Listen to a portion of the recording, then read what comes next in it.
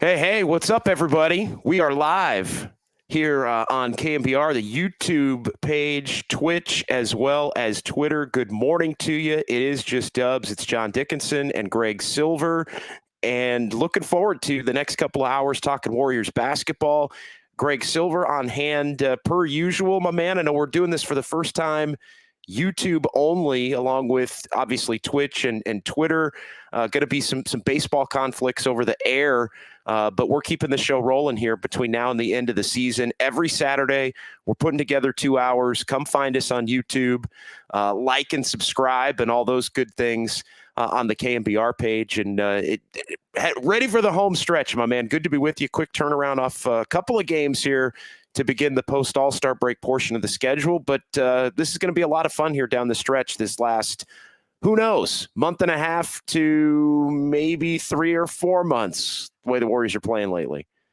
Yeah, I mean, this is exciting. We've had 3 shows in 3 days. It's going to be another one tomorrow. So I'm just ready to get into full gear. And whether it's YouTube only like it is today or we're on the air, I know we're going to be bringing it in some form every time. So this home stretch is what it's all about. And we just got to dive head first into all of it. Yeah, we want to keep it as interactive as possible. I know in the coming weeks, we are working on the ability to do phone calls in this space.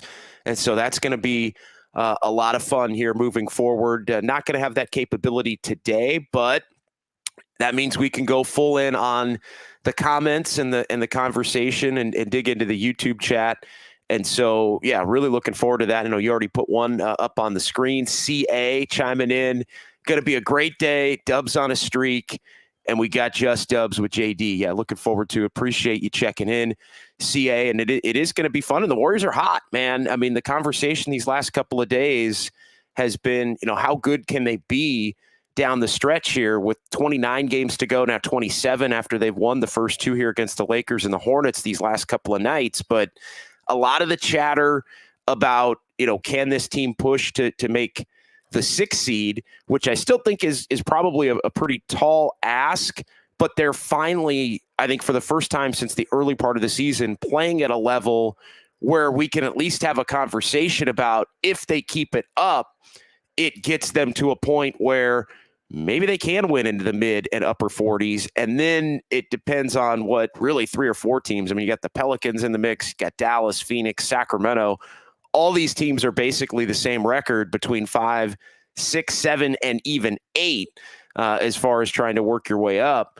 But the Warriors, if they can continue to play at the level that they have here over these last few weeks, they can insert themselves in the conversation, even if those other teams continue to play at the pace that they've played at to earn their records right now, around 8 to 11 games over 500.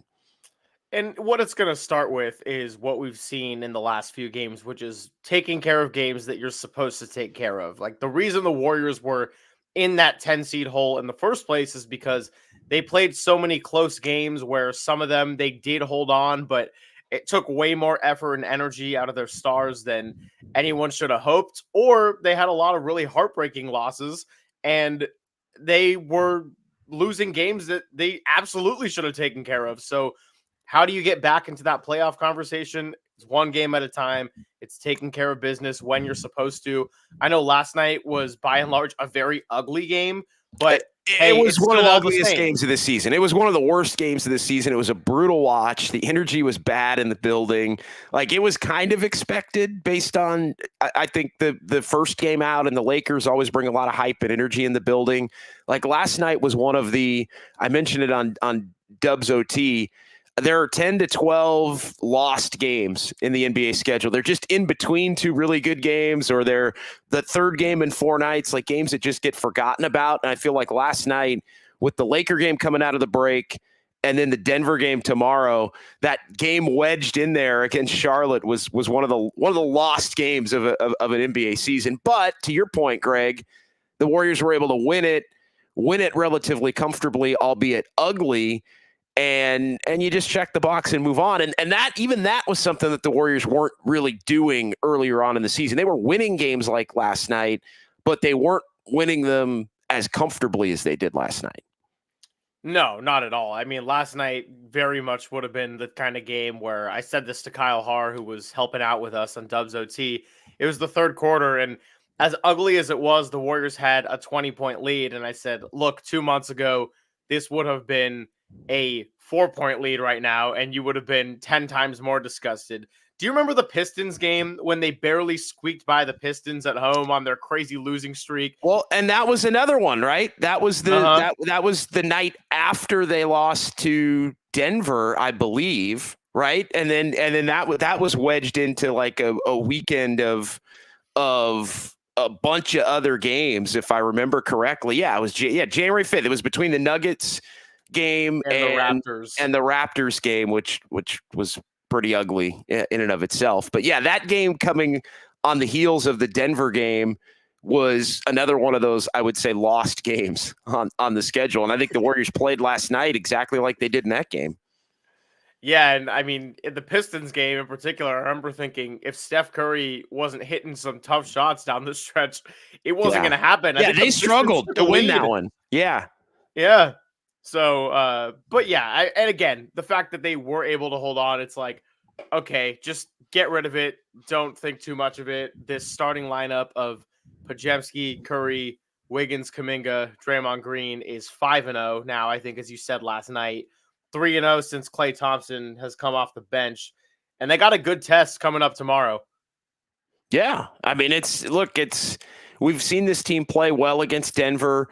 I know I've said it. Denver, to me, is not quite as good as they were a year ago. I don't think they're as deep as they were a year ago. I love their starting five. I think it might be the most balanced, perfect starting five in terms of shooting and size and athleticism and Jokic. And like, I think it's just an excellent complementary starting five. But once you get removed from that starting five, I think there are some holes, and when Denver has to play a little bit shorthanded, there are some holes. And so, I think this is a game where the Warriors kind of owe the Nuggets one, and this becomes a real, it's an important game because it's a springboard kind of a game, and that if you win it, you continue to stay hot.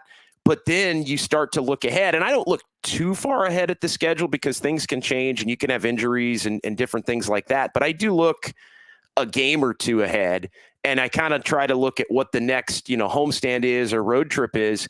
Tomorrow's huge because if you get tomorrow, you should get Washington, who got beat by 40 again last night. They've been just awful. Jordan Poole's gotten benched. So it's like you get tomorrow, then you go to Washington. You should get that one.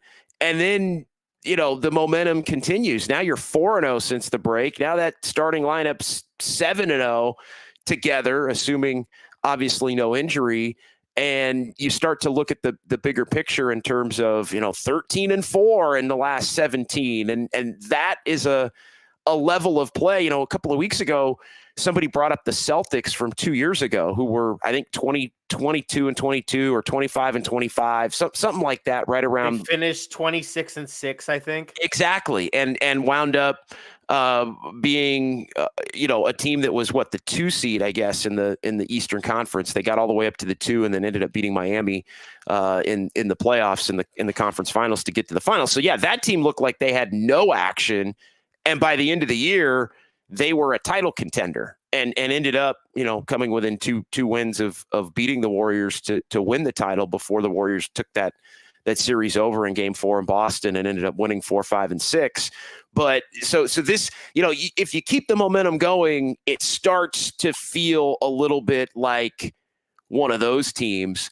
And so that's where I think tomorrow is huge. The other, big story that broke, really even bigger than the game last night that we should get into is the Steve Kerr contract extension. Nice for Steve Kerr. I know I joked he bounced back pretty nicely. Nice little rebound. It was a good tweet. It was a good tweet. Off of Jonathan Kuminga losing confidence in him about a month and a half ago. I kid there, but the reality is, Steve Kerr becomes the highest paid coach in NBA history. Coach only. I know Popovich, it's been out there. He makes more money, but he gets a bump because he's the president of basketball operations for San Antonio as well. So Steve in line number one ahead of Eric Spoelstra. It's a shorter term deal, but it's the Warriors getting their house in order as far as the remainder of this year. But it's the 2 years following this year. And that's not to write off this year like the Warriors can't make a run. I mean, they're proving that maybe they can this year, but it's the Steph years basically. And so Steph's under contract for 2 more. Steve's now under contract for 2 more. Draymond's under contract for 3 more. But, for the purposes of this conversation, the next 2, question becomes, is Clay going to end up in that 2 to 3 year range as well, to where they are all aligned?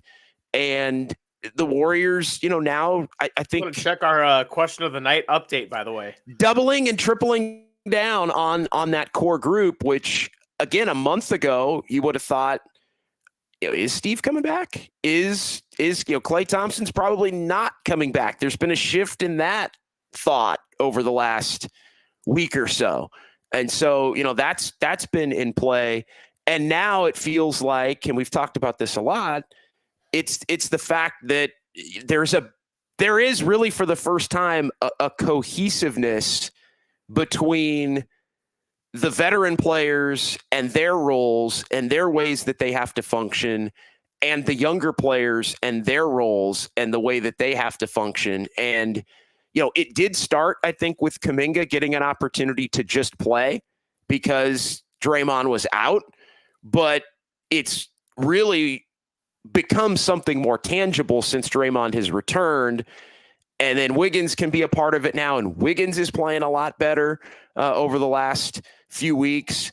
And Podziemski has taken over the starting 2-guard spot from Klay Thompson. Klay Thompson suddenly has a willingness to accept, at least for now, coming off the bench. That's been a positive force that I think has allowed everything to fall into place. And now, Kevon Looney has a small role, and Trace Jackson Davis has a small role, and GP2 has a small role and continues to be impactful in limited minutes. They got to figure out Chris Paul, but now this team seems like they have a balance of young and old and a legitimate eight-man rotation that they can go to down the stretch here and go to in playoff games and feel pretty confident about. Yeah, it's exactly what you wanted to see. I don't think the question was ever they don't have pieces, but it was they had a bunch of okay pieces and then one great piece, and they didn't all fit together that well. And they didn't all fit together.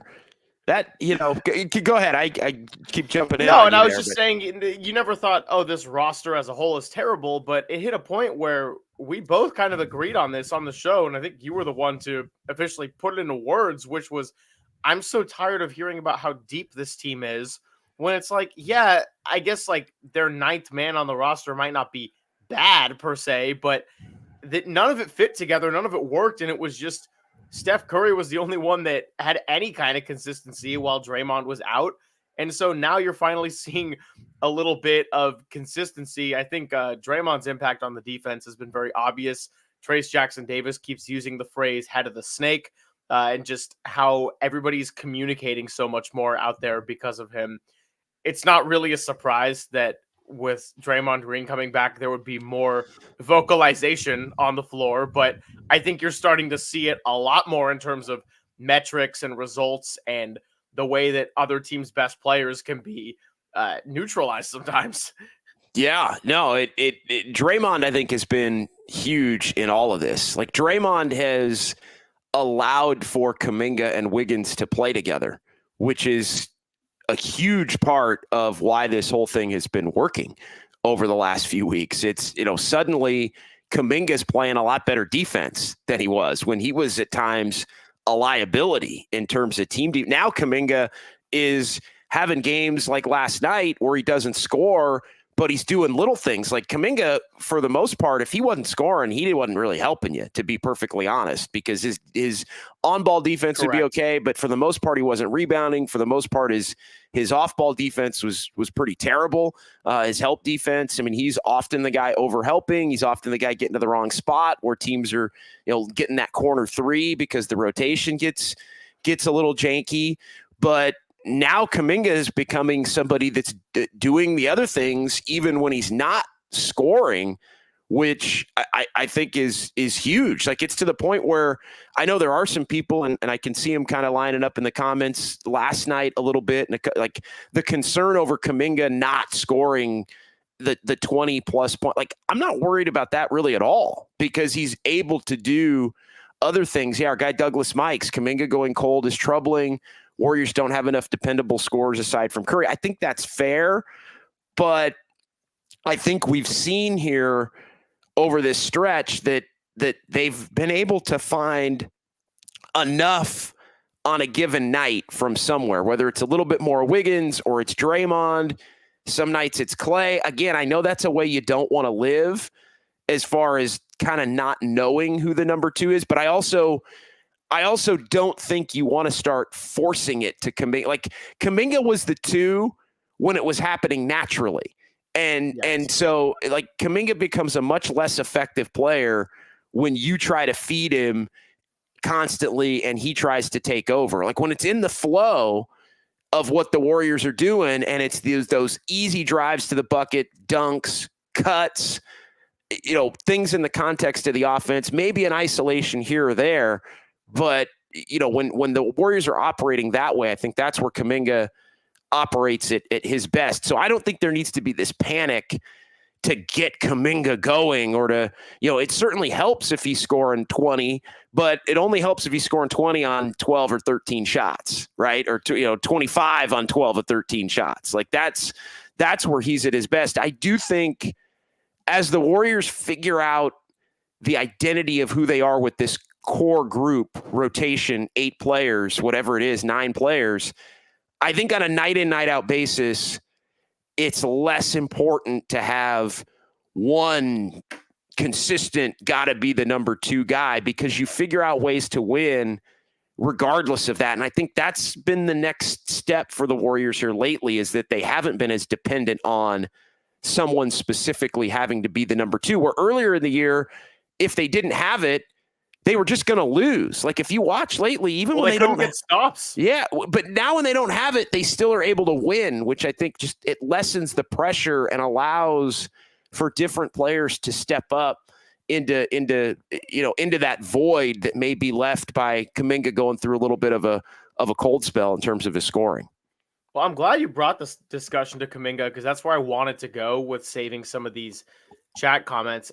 I actually will give Kuminga some real love here, in that even though his output and his efficiency has been a little bit down, I'm not overly worried about a stretch, because I don't think he's really had a bad game in a while. Like, I was looking back at the schedule. If anyone on the stream was seeing me kept tilting my head, I was looking at the schedule when we were talking about Denver and Detroit and Toronto and those rough stretches. JD, we had some text exchanges during that time of the year, especially that Toronto game, where we're like, man, Kuminga's getting bullied. Like, they're just going straight at him.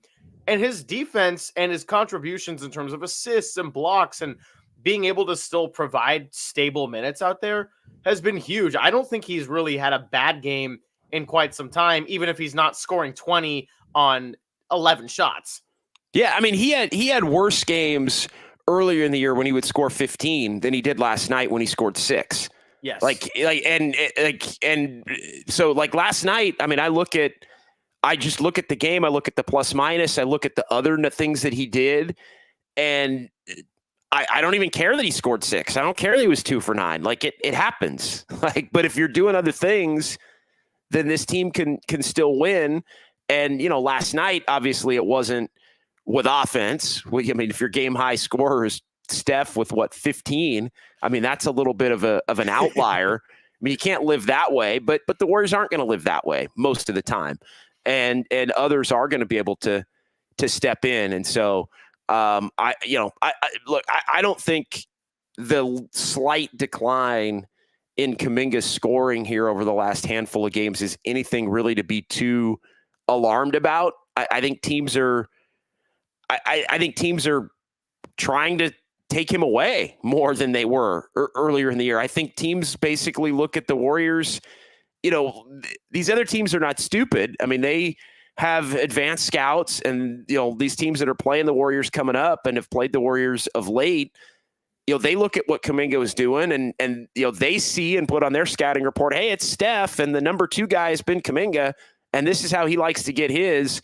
We got to try to take that away and make somebody else. And so I think part of Kuminga's ability to thrive was the fact that he was kind of an unaccounted for guy, right? A lot of these other teams, it's Steph, it's the Draymond actions, it's making sure Clay doesn't get hot. It's, make Wiggins be somebody that drifts. And, so it's like that, like all those things were, I think, higher priorities in terms of defensive game plans against the Warriors. I think the way Kuminga played the last month has moved him up the scouting report to where teams are like, if we're going to beat these guys, we got to try to take him away and make somebody else obviously, step in and fill that scoring void. I do want to address another Douglas Mikes comment in the chat, because I think I will agree with Douglas Mikes on this one, which, yeah, the second option by committee thing, I think is really tough to sustain if you're going to try to make a whole run in a playoffs. I don't think it's the time to panic right now necessarily, but I do think that that's not to say it can't work, but I do think, like, if you don't have Kuminga consistently scoring a lot, or Wiggins consistently being your number 2, or Clay being hot off the bench, it's going to be hard to get through a 7-game series against some of these Western teams. No, there's no doubt about it. I guess what I'm saying, though, to Douglas Mikes is we also have to pump the brakes on Kuminga, like, being that guy in the playoffs. Like yeah. we can't really expect that, because let's be honest, he hasn't really played and been effective in the play. Like that's like the Kuminga. I was thinking about this today because I was kind of going through some different this morning permutations of, what would it look like? And the one that popped into my head, just given my where I'm from and previous lives, I thought, God, could you imagine if Sacramento and the Warriors were like playing for the 8 seed or something, like in a winner take all play-in tournament game in April, like after the 7 games, they're like, forget about a series. And and honestly, I was thinking to myself, Kuminga, like, hadn't really played well against Sac, and didn't obviously last year. And, he did in the last game that they played about a month ago. But it's like the bigger point is not that. The bigger point is Kuminga's really going to be going through it for the first time. And so the reason I'm saying it is not to say that he can't come through, or I don't have confidence that he can come through, but I think it's an awful lot to put on him to say in a play-in tournament game, elimination game, playoff series, he's got to be the number 2 scorer. This team can't get it done. Like, if you're putting that much pressure on him, then I don't think it's going to work out well either. So again, I think how he gets his needs to be in the flow. It almost needs to be just a secondary thought, right? Like, you're not forcing it to him and it just kind of happens. And so I think that's, in a way that makes him more of a wild card as a number 2 scorer. But I don't know. I guess I hope I'm being clear here. The big picture thing for me with Kuminga is don't put the pressure on him to have to be the number 2 at 21 years old, in these winner take all games. It's unfair to him, as talented as he is. Like, don't feel like he has to be the man just because he's been the man for the most part next to Steph over the course of these the last month or 6 weeks. We have another comment in the chat from our guy CA/California that relates to another person that's going to be going through it for the first time, Brandon Pajemski. He's been great. Again, not fair to expect too much from him. 100%. That's everything about Kuminga. You say the same thing about Pajemski. There's no question about it. And yeah, you don't know how Pajemski's going to play. Is he somebody that gets hunted differently in playoff series, right? I mean, he's been a pretty good defender, obviously taking the charges and all of that, and a tremendous connector, offensively. But, he really is. He's the kind of player that it's everybody when they go through it for the first time, right? Klay Thompson struggled the first. Steph Curry's going to struggle the first time, in the playoffs in some of these games. So, again, as great as they've played, as much as they've contributed, just pump the brakes a little bit on the overall expectations that these guys are going to be great, are going to have to be great if this team is going to make that run. It's got to be balanced, and they just can't have that pressure to have to perform at that level.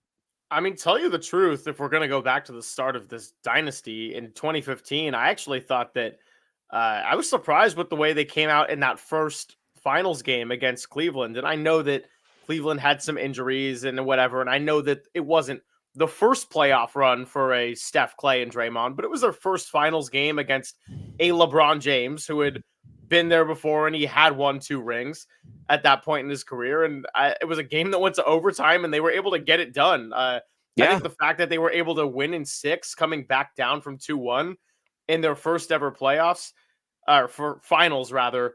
Yes, you had Andre Iguodala, who was an experienced veteran, but that's not something that you see every time in these young and up and coming teams. And the same discussion is going to go around with an Oklahoma City type of team this year, or even a Minnesota that hasn't really reached that level yet.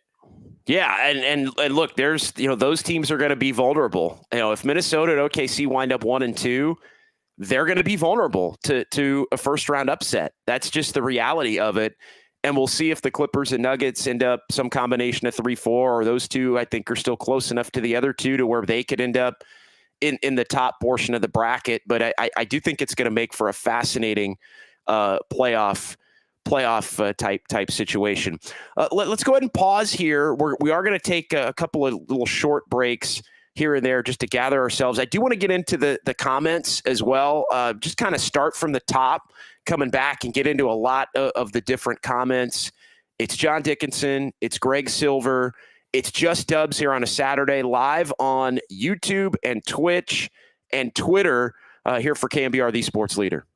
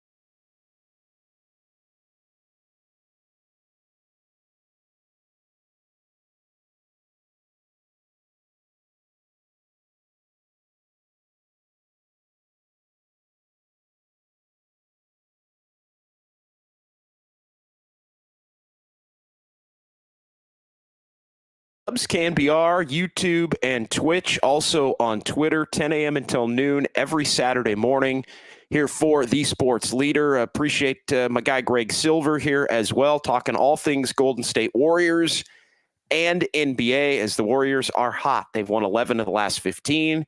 They've won 8 of the last 9. And even the losses, we've kind of run through them. You got that 1-point loss to Sacramento, the double OT 1-point loss to the Lakers, the game the Warriors kind of kicked away in Atlanta that went to overtime right before the Super Bowl week, and then the game where they blew the lead against the Clippers. I mean, that's it here over the course of the last month. Exactly. We sit here on February 24th. The Warriors return to play on January the 24th following the tragic passing of Coach Dejan Milojevic, and they've been 11-4 since that stretch.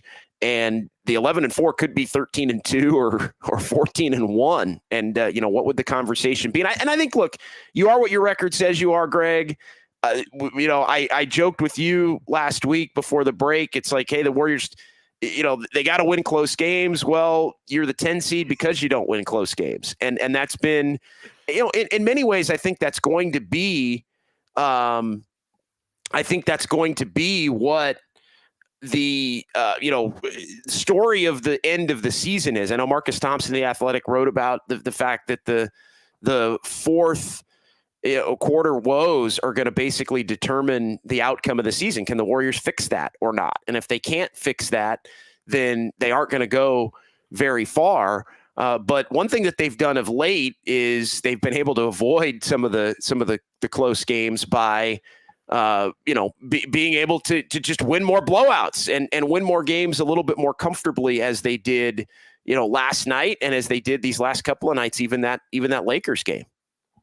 Yeah, I mean, and being able to get stops down the stretch is a big part of it. Like, they had a couple of games where they were actually shooting the ball pretty well in the fourth quarter, but when you can't really stop the other team, it's just asking for perfection, and the only reliable person to score was Steph Curry, and we've seen him have as many as 60 points in a loss, and it still doesn't matter if you can't play defense. But Draymond being back has helped Kuminga, it's helped Wiggins. We've gotten good spots from Trace Jackson-Davis even more recently. So yeah, when you're able to get stops, it's demanding less perfection from every little possession, and I think that you see some of these Warriors being a little bit more relaxed, like even closing the game out against the Lakers. I know that wasn't a particularly close game, but I know a lot of people who have been following the Warriors all year were not comfortable necessarily for a good chunk of the fourth quarter until Darvin Ham emptied the bench.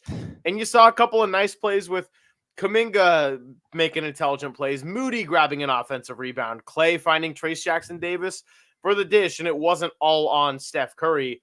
In fact, I think he was 0 for 4 on shooting in that quarter.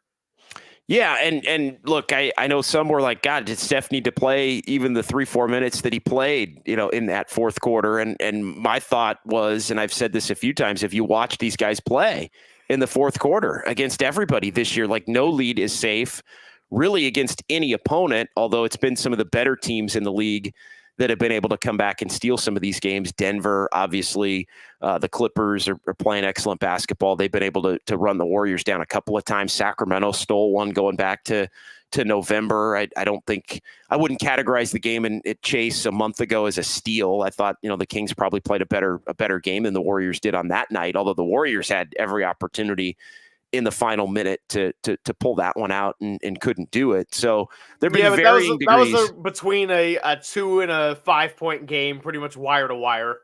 Yeah, no, it was a close game. It was a close game, no doubt. And so I do think how the Warriors fare in a lot of these close games, but you also, you look at the schedule, and the trip coming up is no picnic. I mean, it starts with Washington, which obviously should be a win. Going and playing the Knicks, kind of who knows? I mean, that game's a tough game. You play in Toronto, second of a back-to-back. I mean, that's a game that should be a win. Toronto's different from even the team that you saw going back to the early part of January, but they ran you out in January, and that was obviously when the Warriors were in a bad way. But again, different Toronto team now. after they've made the trades. But, that becomes a game where you think, all right, those are the two. Toronto and Washington are the two games you want to get. You take your chances with New York, and then you see about Boston at the back end in the Sunday afternoon ABC nationally televised game. And the Warriors always typically play well in Boston. They don't always win there, but they usually play some damn good games there.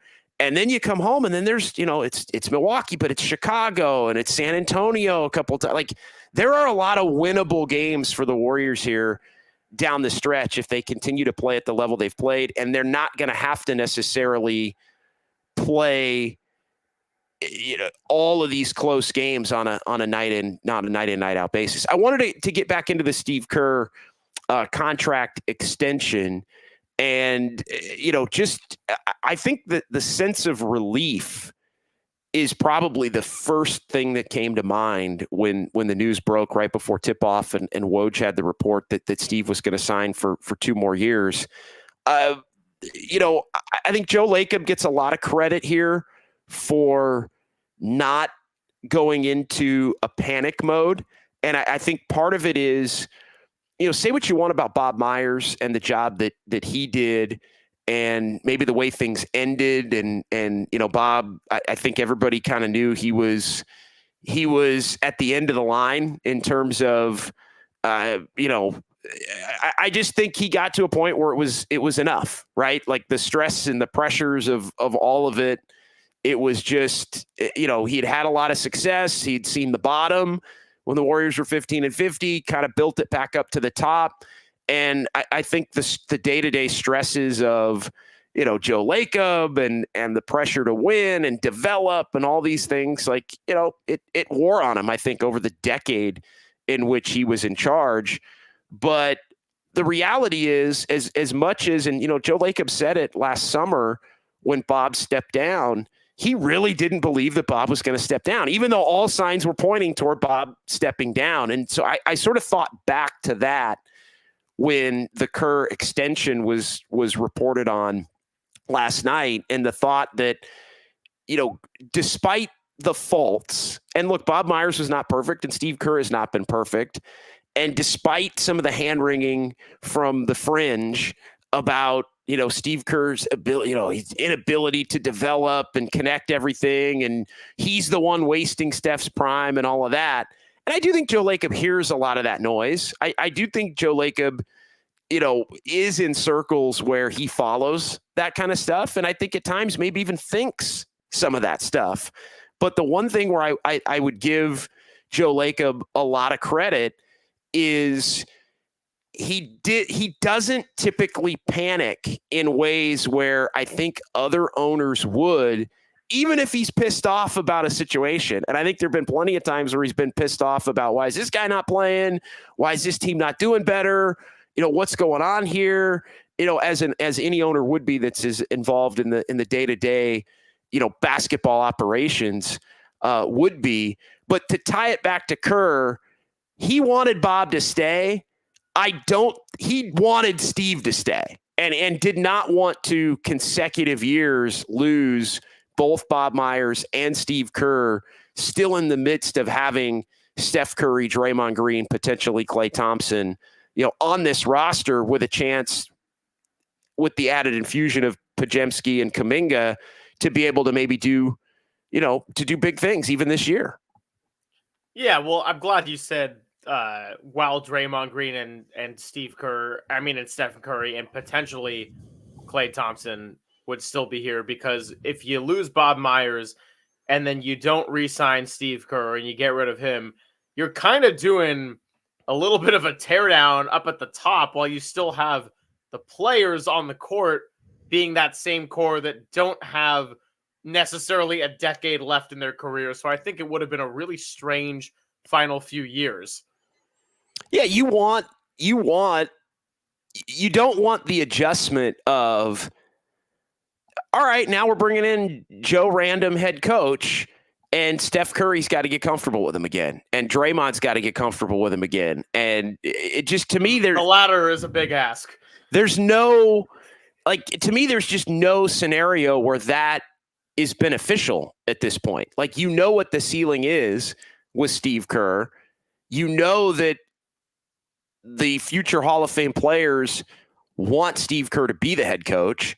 And so this notion that, and I've always pushed back on this notion that, Steph and Draymond need to be told that there's better out there for them, and it's X other coach. Like, they need to be told that, some other guy that would run pick and roll 500 times a game and play Kuminga 40 minutes a game would be, this team would have already won 2 more championships if they, like the notion that is reality is just, I mean, it's laughable to think that level of change would have improved anything. In fact, I think the whole thing probably at this point would have fractured. Like, look, I've always said this, and Klay Thompson is going to be the ultimate test.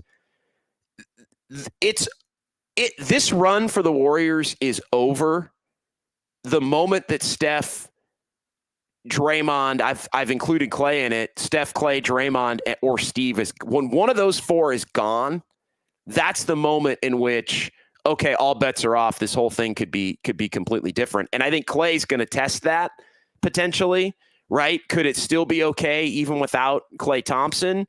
I never would have thought that it could be, but the Warriors never truly have had a viable potential replacement for Klay Thompson.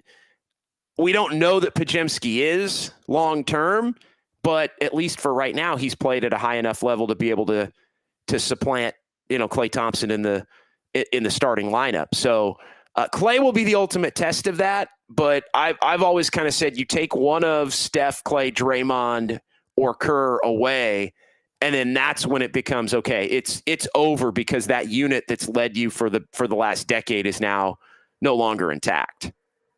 Right. And I think that it's going to be a monitor week to week kind of thing, because the Warriors season has been so up and down in this roller coaster fashion, to the point where if, when you see those videos on YouTube of like so-and-so arguing with themselves, they could probably put together a little bit of a compilation of us or many other figures in the Bay Area arguing with themselves, in the sense of, we thought it was more likely than not that Klay Thompson wouldn't be here next year, and that signs were pointing in that direction. And then a couple months ago, it's like, does Steve Kerr even, like, will he step down on his own accord? And now he's extended. And then, it's like, is this team going to still be relevant after the All-Star break? And now they're 3 over 500 for the first time since they were 6-2. So I think we've gotten the full spectrum of everything.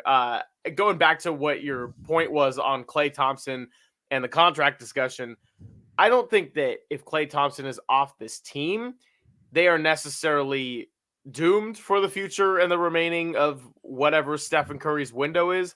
But I agree in the sense of all bets are off, and that you don't really know what to expect and how different this could really look. No, I mean, Klay is the emergence of Podziemski and the decline, really, of Klay Thompson into where I think almost everybody would accept the fact that it's like, okay, he's no longer a number 2 on a consistent basis. Like, I think everybody would acknowledge, could he be a really effective role player for the next 4 or 5 years? I think he can be, because he still provides something that is at a premium in the NBA, and something that I think the Warriors at times still don't have enough of, which is perimeter shooting. And I know he's streaky as hell, but I think he has the ability to get on hot streaks that other guys just don't. And so if he's willing to accept his role as a bench player and accept maybe the financial components that come with that, I still think he can be effective for the Warriors. I still think he can be effective somewhere else, as well, depending upon that. But so I think the fact that the Warriors have a couple of, they have a backup plan option now, basically with Podziemski, but the fact that they also, are trying to figure out what Klay's new world is going to look like, that kind of makes me wonder if not having Klay moving forward is as dire as I would have thought it would have been in terms of, taking a piece away from the core. It's funny how it's evolved. I mean, it really is. It's kind of evolved into Steph, Draymond, Steve. And then Clay is sort of, all right, Clay, do you want to come along now for the ride moving forward or not? And so, that obviously remains to be seen here over the next couple of months. How does Klay Thompson finish the season?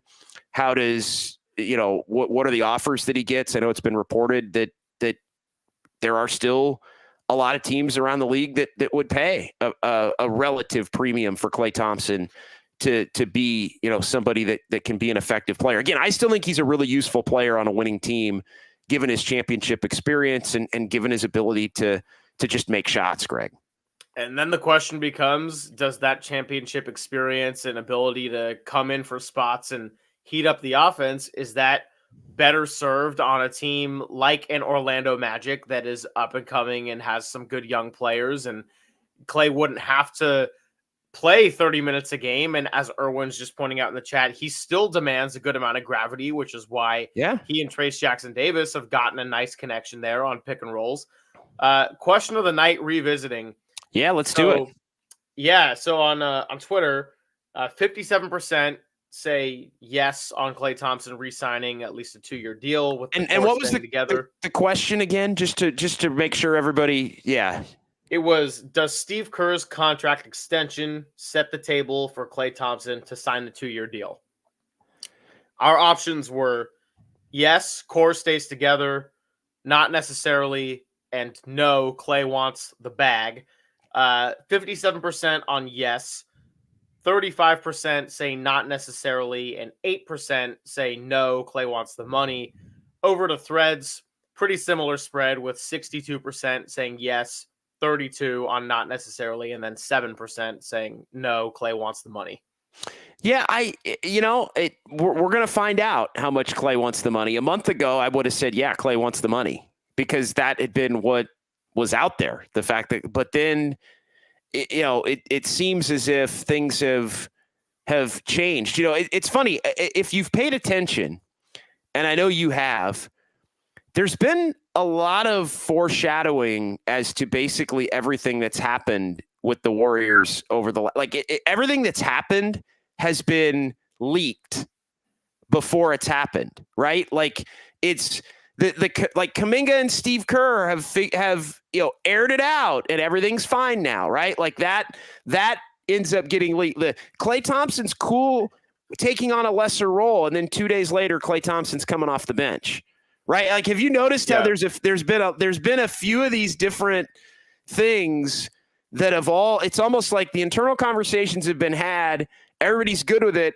Then leak it to let everybody get ready for it, and then actually let it happen. There's been 4 or 5 of those really over the last month or so that have, if you've been paying attention, kind of foreshadowed the action to come. But there was also the report not that long ago, and I don't remember if it was Kendra Andrews or somebody else saying Klay still believes he is a max player. Yeah. No, that was what, a month or so ago. But then that changed. And when that changed, with Logan Murdoch's story, that changed with the Logan Murdoch story. And then a day later, he's coming off the bench. Like it was just like there was something going on there. Clearly, it felt almost like a plant. Like Klay's gonna come out and get in front of it and basically say I'm cool with it because it was gonna happen anyway, and then it happened.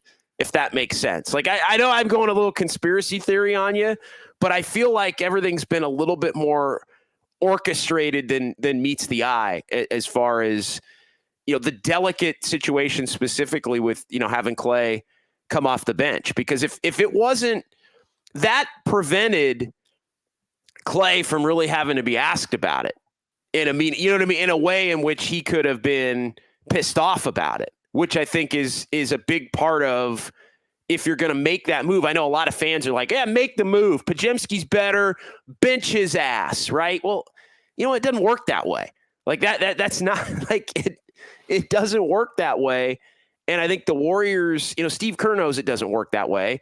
And so he's had to just make sure that every move that he makes is, backed up to where guys aren't going to freak out about. Like, you want to keep Klay Thompson's psyche as healthy as possible, and Klay Thompson's psyche can get off kilter in the blink of an eye. So it's not as simple as just bench the guy when he's a 4-time champion and a future Hall of Famer.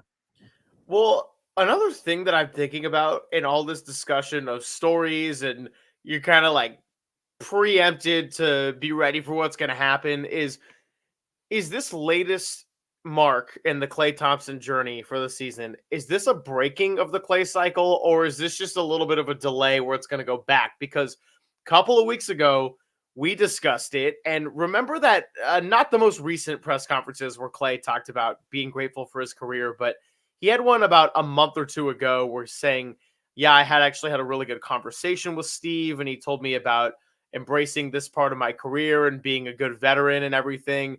And it seemed like Klay was like kind of turning a corner mentally, but then he was playing well. And so then he was like, great, I'm a max player again. And then he was struggling, and then his body language went back to being bad.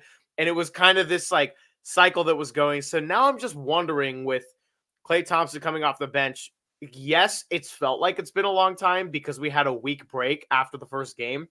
Still only been 3 games. And I'm just wondering if it's going to reach a point where Klay gets impatient again. And if maybe he's playing really well off the bench and he's like, I should be out there. And if they get in a play-in game or the playoffs and he's not closing, and then you got someone like a Podziemski who's playing well but is inexperienced and maybe doesn't fully deliver, does that create another divide?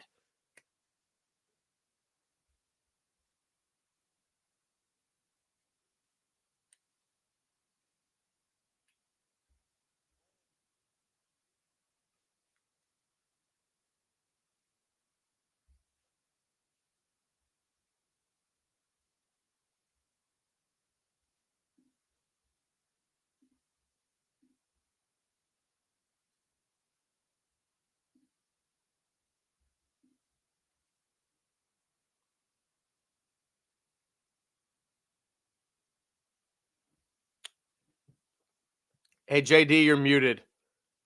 Oh, shoot. My bad. I was checking to see if my AirPods had died the whole time. Yeah, no, you know what? You're right. I am. I did. I've got the little mute button here. Yeah. All good. And I muted myself to cough real quick. I needed to clear my throat, which it's nice to have that. I'm like, what's going on? Did we lose the stream? Yeah, this is our kind of dry run with the YouTube only Saturday show, but no, everything's running smoothly so far. I'll reiterate that point, and I appreciate everybody sticking with us there as I kind of get off on the tangent. Yeah, thank you, Pat, because I thought it was my end too. No, it was me. No, it was that was totally me. I sent Greg a picture of the little box that I've got here that has the mute button and the levels and all that stuff that makes it sound real good here on YouTube broadcast quality. And so, no, as far as Klay goes, I don't think it's necessarily permanent that Klay is going to be coming off the bench. I think if Podziemski struggles and Klay's playing well, you could see a flip-flop there. I think you could see in the playoffs Steve Kerr say, you know what, I want to roll with the guy that's won 4 championships and have him out there at the start of the game and have him out there with Steph and Draymond and have a little bit more of a veteran presence. We'll see. I mean, all of that I think is still to be determined by the final 27 games. I mean, things are working at an extremely high level for the Warriors now with the lineup that's 5-0, and if it ain't broke, don't fix it. I mean, I think that's what prompted Steve Kerr to make the lineup change, was the fact that they had enough internal numbers that said that group of Steph, Podziemski, Kuminga, Wiggins, and Draymond had been their best lineup. And so they rolled with it, and they're 5-0 with that group after last night as the starters. So I don't think there's a hurry to change at all, but 27 games is a long time. And, I know you were kind of getting into, can Klay Thompson, how will Klay Thompson handle it? And, does he go through that cycle of being frustrated and wanting more? I think the better Klay Thompson plays, the better the Warriors play, the easier it is for him to accept because at least the team is winning. I think where you run into problems is when, and this is what was happening, I think, with Kuminga. I think this is what was happening with Moses Moody. I think this is what was happening with Klay Thompson, is you had these guys that weren't playing or weren't playing well or weren't happy with this or that, and the Warriors weren't winning. So they were frustrated because to a man, they're thinking, I can help. Like, I'm not playing enough and we're not winning. And so play me more and we will win. And so I think, that's a natural, want to help and be a part of things. And, that's all normal. But what's happened lately is the Warriors are winning, which I think allows for everyone to be able to accept their roles. And so I think if the Warriors are winning and Klay's playing well, I think he will accept the role. But I could definitely see Steve Kerr making a switch for a big game down the stretch if Podziemski's not playing well and Klay is, or for a play-in tournament scenario or full-blown playoff series. Yeah, I mean, sorry, I was looking at some of the YouTube chat. Yeah, and we haven't done it. We're gonna take another little quick break here in just a second, and come back, and we're just right off the top here in hour number 2. We're gonna get into a bunch of the chat, and that's gonna sort of drive the conversation for the next segment here. But yeah, and by the way, before we take the quick pause, I was just gonna say to your last point, Andrew Wiggins had a post-game quote that pretty much summed up what you were just talking about, which is, yeah, I think when you're losing, it's not fun. And when you're winning, everybody's happier and it's good. And Wiggins has never been like the most outspoken Warrior or anything, but he's had time on the bench this year. And totally. Now he's playing better. He got benched and they were losing and was probably thinking, well, damn, am I the scapegoat for this whole thing? And he wasn't playing well. So I think we have to acknowledge that. But there were times where I think he was kind of the scapegoat. There were times where it was like, all right, bench him. Like, again, it was coming a lot from the fan base. And look, that's fine. He needed to get benched, and then they brought him back, and he's been better since they've put him back in the starting lineup about 6 weeks ago. All right, let's go ahead and pause here. We got 1 hour down. We got another hour to come. The YouTube comments, that's right out of the chute. We're going to take a quick little 2-3 minute break. It's John Dickinson and Greg Silver. It's just Dubs, KNBR, the sports leader.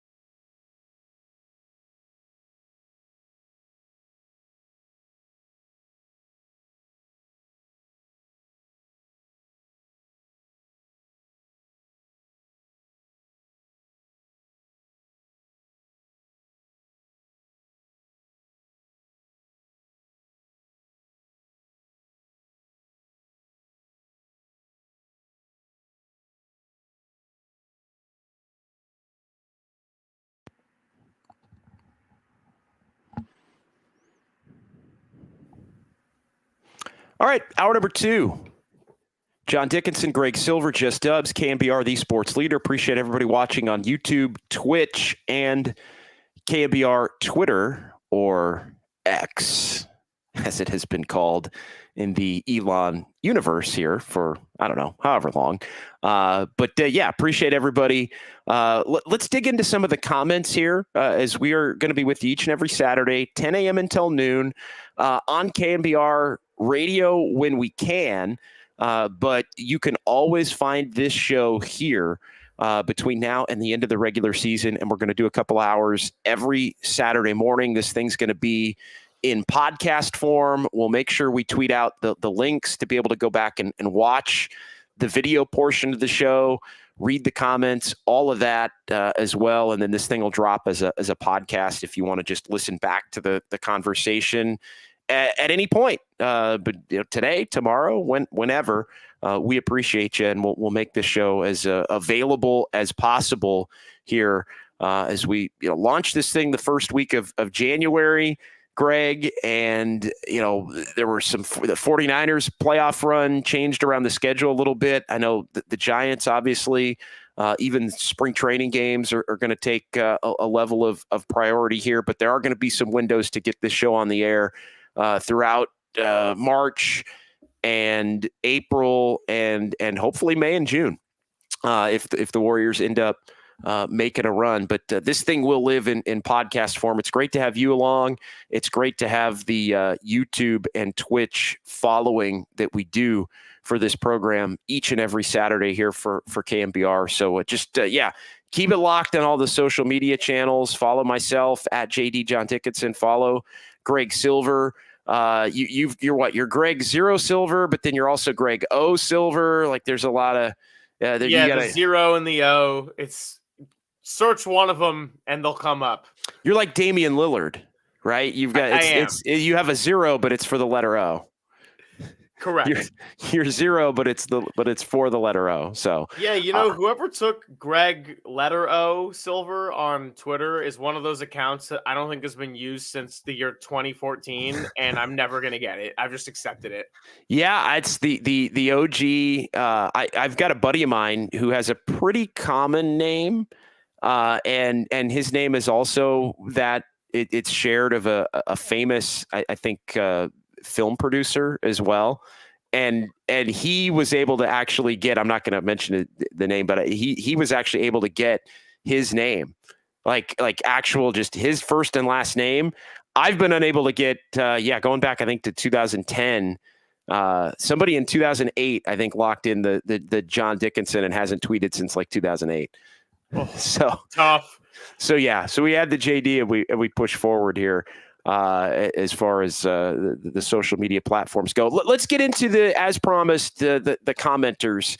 Really like keeping the show interactive, and I just kind of want to run through from the start. I know we had CA with our first one. It's going to be a great day. Dubs on a streak, and we get Just Dubs with JD. Appreciate you, CA. A lot of good comments there. I just kind of want to run through them. I can see them. Greg has the controls as far as putting them on the screen, but let's just kind of roll through a bunch of these. Alpha Nickelberry, JD. If the Dubs can get a win tomorrow, I think we have legit action for the 6 seed. Alpha, thank you for checking in. Appreciate that.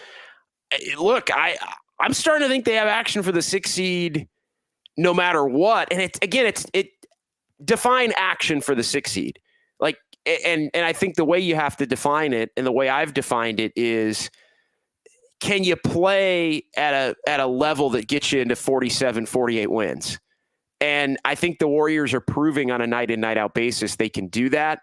Here's the reality, though, and this is where I think you have to define action.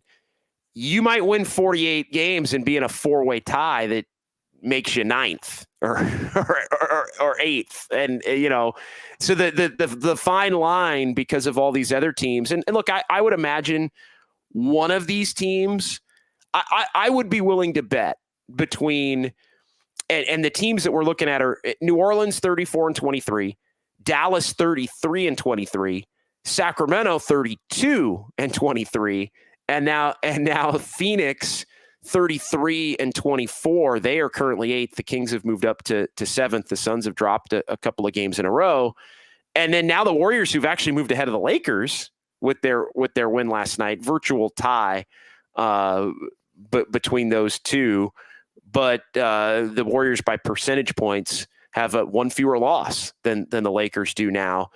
So the Warriors have actually moved into 9th in the Western Conference. But here's the deal: as far as action, I would bet between the Pelicans, Mavs, Kings, and Suns, I would bet one of those teams collapses to a certain. Like, I would bet one of those teams. I'm not going to bet which one or anything like that, but I would bet one of those teams dips into a 43-44-ish level, as opposed to continuing to play at the 48 or the 49 win pace. So they'll be out of the equation as far as the 6 seed goes. I would bet one team does that. I would bet one team levels up and puts a hold on, let's say, the 5 among that group. And then I would bet the other 2 are probably going to be right around continuing to be 47, 48 win pace. So what that means is you basically, in all likelihood, it winds up being a 3-team race basically for 6, 7, 8. I think is what it ends up being. And the truth is the Warriors could go 20-7 or 19-8 between now and the end of the regular season. And all that does is mean you're in a tiebreaker with Sacramento or Phoenix or Dallas or the Pelicans. And then, who knows? So, the games head to head with those teams, I think are of the utmost importance. The Warriors have split a couple with the Pelicans. I'm just doing this off the top of my head. Have they played Dallas yet? They haven't played Dallas yet, have they? Or no, they played Dallas. They played Dallas in December and got beat. That's right, and got beat right before New Year's at Chase. And so, yeah, they had the one game postponed. They play them a couple of times in the final week of the season with the reschedule. And then, you look at the Suns. The Warriors have a 2-1 disadvantage in the season series between the Warriors and the Suns, with the home team winning each one of those games. I take that back. They played opening night. They played opening night. So the Warriors have lost that season series because they lost the 2 games in Phoenix. So they're done with Phoenix at this point. And so, manage your tiebreakers. But the truth is, long-winded answer, Greg, the Warriors are going to have to keep playing at this level to have any shot at the 6, but it's no guarantee. Jay Gill, I sat next to someone at the game yesterday who seemed to know ball, but was complaining about pods because he wants his first-round picks to do more and be special. I'm going to let you address that one first. I mean, he was the 19th pick in the draft. He's been pretty darn good, in my opinion. I did have to reply with this opinion, though, because...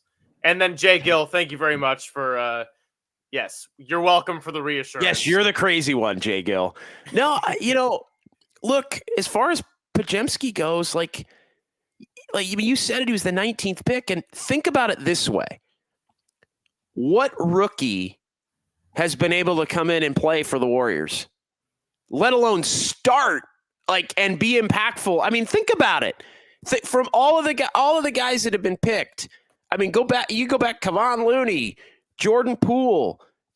Neither one of those guys had it their first year. Kuminga was not anything close to being the level of player in his first year that Podziemski's been this year. Moses Moody, same thing. James Wiseman didn't work out. Yeah. I mean, nobody in their first year has been as good as Brandon Podziemski has been for the Warriors. Now, does that mean he's going to be better player than all those guys? Not necessarily. I mean, maybe, but not. So I'm not going down that road. But when you say first round picks to do more and be special, I think Pajemski proving that he can supplant a future Hall of Famer in the starting lineup is pretty freaking special as a rookie. Yeah, and I mean, he is helping a team that we didn't think was going to need every bit to win now. He's helping them get wins now as a rookie, which is pretty crazy. I mean, actually on Sports Phone when I was hosting earlier in the week, somebody on the text line, our Golden State Lumber and Building Materials text line, did not like that I said, maybe I didn't even say it, but basically implied that when I called Brandon Pajemski a rookie sensation, just kind of laughed at that. And I'm like, I'm not saying Pajemski's a top 5 MVP candidate, but when you're the 19th pick in the draft and you found your way into the starting lineup and it's just kind of been an overachiever in every way, yeah, what do you want me to say? Yeah, no, I think he's been terrific to this point. And I mean, again, look at it in the context of other rookies and their ability. Like Pajemski has broken through and done what he's actually done, what a lot of Warrior fans have believed that some of these other rookies should have been given. Like he's actually earned it in his rookie year. So I think from that standpoint, I mean, he's again, I don't think, does he have the ceiling of Kuminga or a player like that? I mean, probably not, but don't doubt him. I mean, I wouldn't doubt him. I mean, he's already starting in his rookie year as the 19th pick on a team that's got multiple future Hall of Famers. So I think that's for the most part. I'd also just like to add before we move on. Yeah. That remind everybody, there was a time not that long ago where Brandon Pajemski was quite literally the only bright spot of the season that you could point to. Like 2.5 weeks ago? I mean, 3 like weeks 5 ago? weeks ago, yeah. I mean, yeah, no doubt. I mean, this thing has changed fast. I mean, we're not even, I mean, 3 weeks Monday. I mean, it kind of depends on when you could say January 24th was a turning point, 11-4 since then.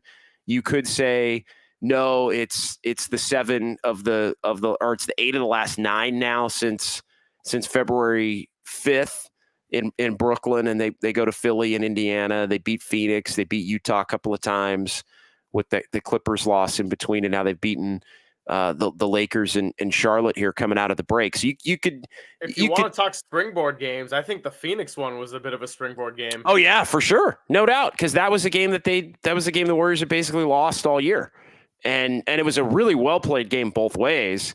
It's not like they would have blown it, but they did have a lead and then lost the lead, and then Steph saved them. And I think that was one of the games, and I think Steve Kerr said it at the time, that that was one of those where they were kind of owed one, right? Because they've had so many go the other way. And, I mean, obviously Steph made an all-time great shot, but the Warriors played that was a really high-level game. We talked about last night being one of the worst games of the year. I think the Phoenix game might have been the best, just sheer game, back and forth game of the year. The Laker game was pretty good on ABC a couple of weeks prior to that the Warriors lost in 2 overtimes. That was an exceptional game. But yeah, for every Detroit on January 5th, there's and last night against Charlotte, there's games like the Phoenix game and games like the Lakers game. We talked about Douglas Mike's comment earlier about Kuminga going cold. We spent a good chunk of the show on that in the first segment. We did have Rice Guy 01 ask, and you replied via KNBR in the comments. You guys streaming on other platforms besides YouTube? Yes, Twitch and X as well. Go to the KNBR platforms there. And again, we're going to do everything we can to keep everybody updated on just where to find this show and be able to consume it each and every week. And we also will have some emergency podcasts and things there. Like we have the ability to go live whenever we want to. We can put together a podcast that'll drop. A lot more flexibility in this realm, and a lot more flexibility now that the 49ers season is in the books, and we can pretty much solely focus on Dubs here for the duration of their season. Erwin Kwong, appreciate Erwin checking in. Last night's game was ugly. Yes, it was. It was not pretty at all. I think we'll see a better game coming up tomorrow when the Warriors take on the Nuggets. And if you're coming to the game tomorrow, I know stop by post game at Harmonic Brewing in Thrive City. That's where we're doing all the Dubs OT shows, following every game at Chase. I'm going to be out there, and I was talking to Mike and Julia at Harmonic last night. A bunch of people came in. There was a handful of people that came in last night that mentioned specifically hearing us talking about it on KNBR, hearing us talk about it on the show. I know Copes and Tom have promoted it a little bit. I know we've talked about it a lot. But people are figuring out that that's the spot to be following every Dubs game at home. And so, stop by and say hi. Early start tomorrow, 4:00 game. So I'm going to be on the air about 6:30 when that thing goes final. We'll be on the air on KNBR and YouTube and Twitch and X as well. CA, I have caught myself thinking the same about JK, to be honest, but I think because he's still very much engaged in helping the team in other ways, I'm not as concerned about it as I would have been. That relating back to the lack of scoring of late. He's had a little bit of a dip. He had 6 points last night. I think it's like, I've got no concerns. I know people are going to be like, oh my God, like what's going on? Like, JD's not worried about Kuminga. I'm not, because he's done other things, like, which he really hadn't been doing other things when he hadn't been scoring before. Like, I think the fact that he maybe gained some confidence, Greg, from the fact that he finally became the scorer that I think he wants to be over that lengthy stretch, that he almost, I've always thought that Kuminga has been the kind of player, and this is where I think there's been issues with him and Steve Kerr. Like, Kuminga's always been the kind of player that I think wants to score first and wants to do the flashy stuff first.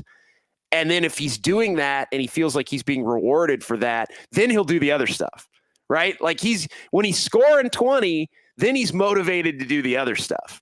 And even on nights where maybe he's not scoring 20, but if he's like consistently a visible part of the action, then he's more willing to do the other stuff.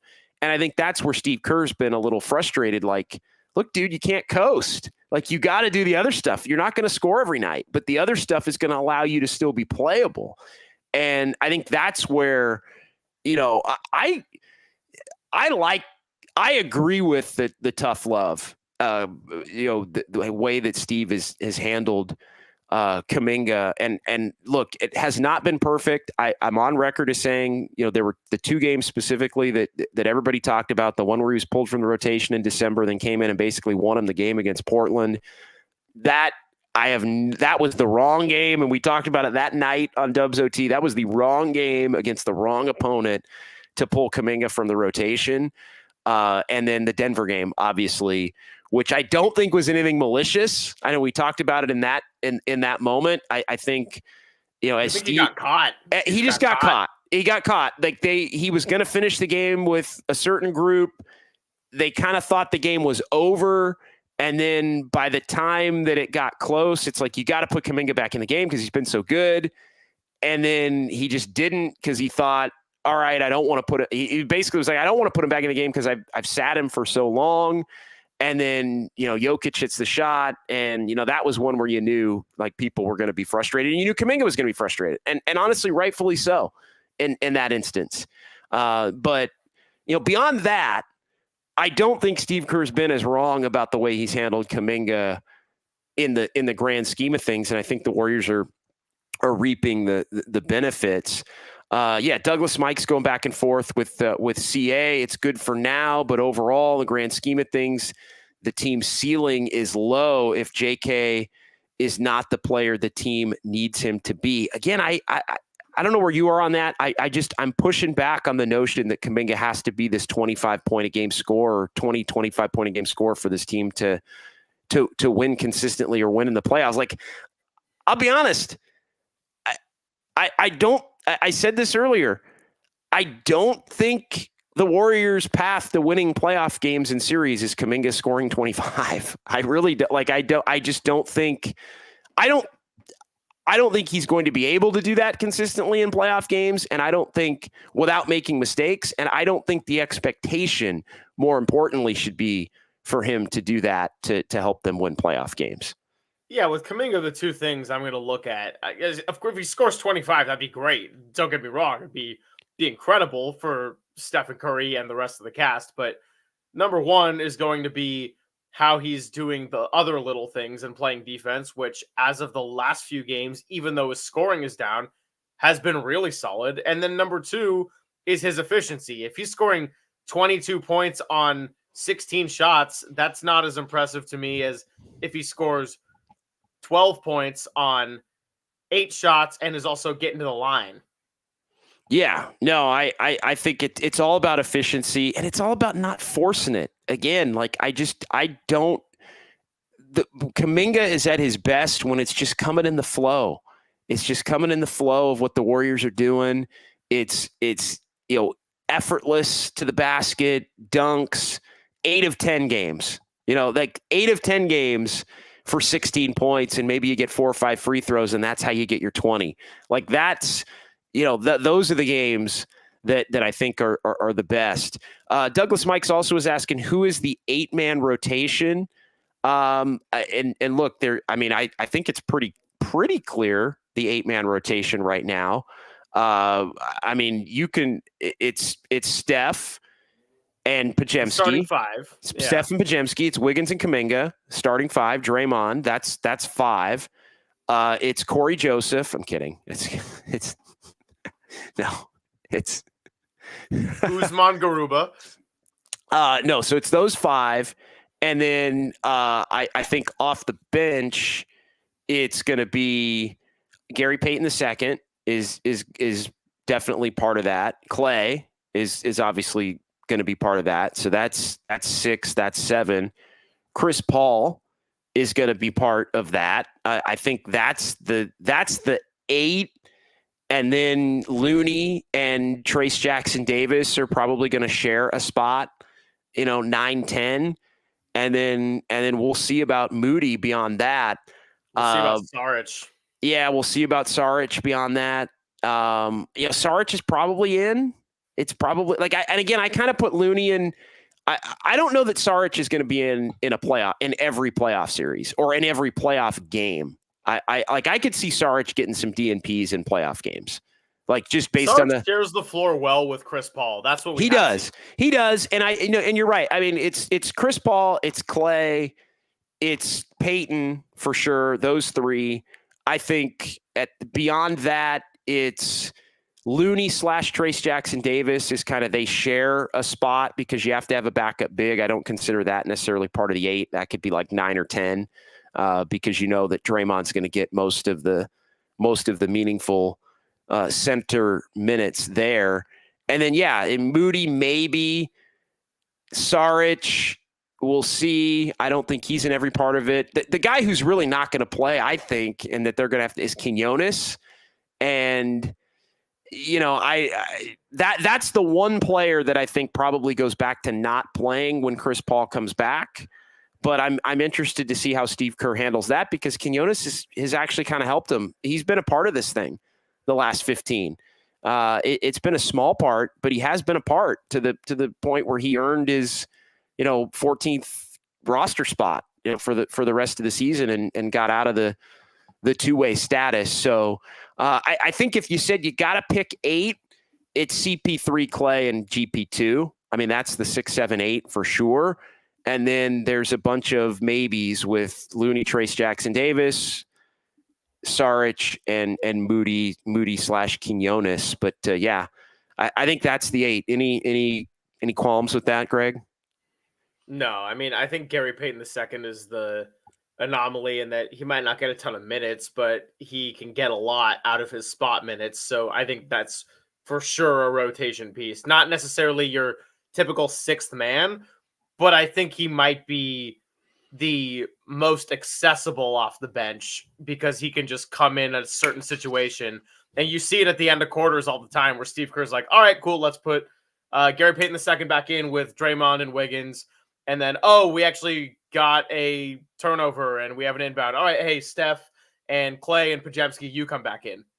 Yeah, no doubt. I think that definitely is a way that it could play out. Irwin Kwong, to be truthful, it's 9-man rotation depending upon matchups. Yeah, it's always 9-10. I mean, it really is, but 9 and 10 aren't necessarily going to play as much as the 6, 7, 8, especially when you look at who the 6, 7, 8 are. And then look, I've said this as far as Chris Paul goes, it's a matter of I do think Steve Kerr is going to have to not play Chris Paul as much as maybe he wants to play Chris Paul. Like, this is an area where I am going to come down Steve Kerr's road a little bit. Like Chris Paul does not need to play 30 minutes. And to be honest, there aren't 30 minutes for him to get on this team. Now, is it 16 minutes? Maybe some games it is 8 minutes and 8 minutes, like in each half as a backup point guard. Like maybe that is, on some nights, all it's going to be. Maybe it's 8 minutes and 8 minutes. And then there's an extra 4 minutes to close the game here and there. Don't shudder. I know a lot of Warrior fans are probably like, oh my God, Chris Paul. Like they're going to want him on the floor to close games. And well, when you're protecting a lead, absolutely. Excuse me there. And so, yeah, I we'll get into maybe the closing lineup question here coming back, because I think that's a key deal as well, and more in the YouTube chat between now and noon. Let's take a quick break, our final break. We'll keep this thing rolling until noon. Just a quick little 2-minute break. More comments coming up. Appreciate everybody watching on YouTube and Twitch. It's John Dickinson and Greg Silver. It's just Dubs. KNBR, the sports leader.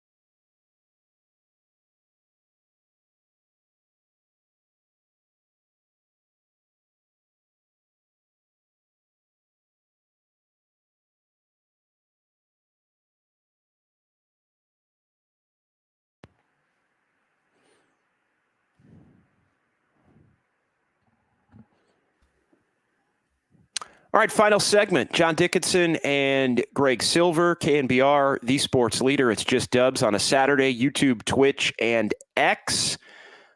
We are working on the ability to take calls in this space coming up, hopefully as soon as next week. We're going to be back next week. It's the same schedule. It's going to be another YouTube, Twitch, and X stream for the program next Saturday, as the Warriors are going to be in the midst of, toward the back end of a road trip, coming off a couple of games in New York and Toronto. After starting the trip in Washington, they'll be headed to Boston for a game against the Celtics on Sunday.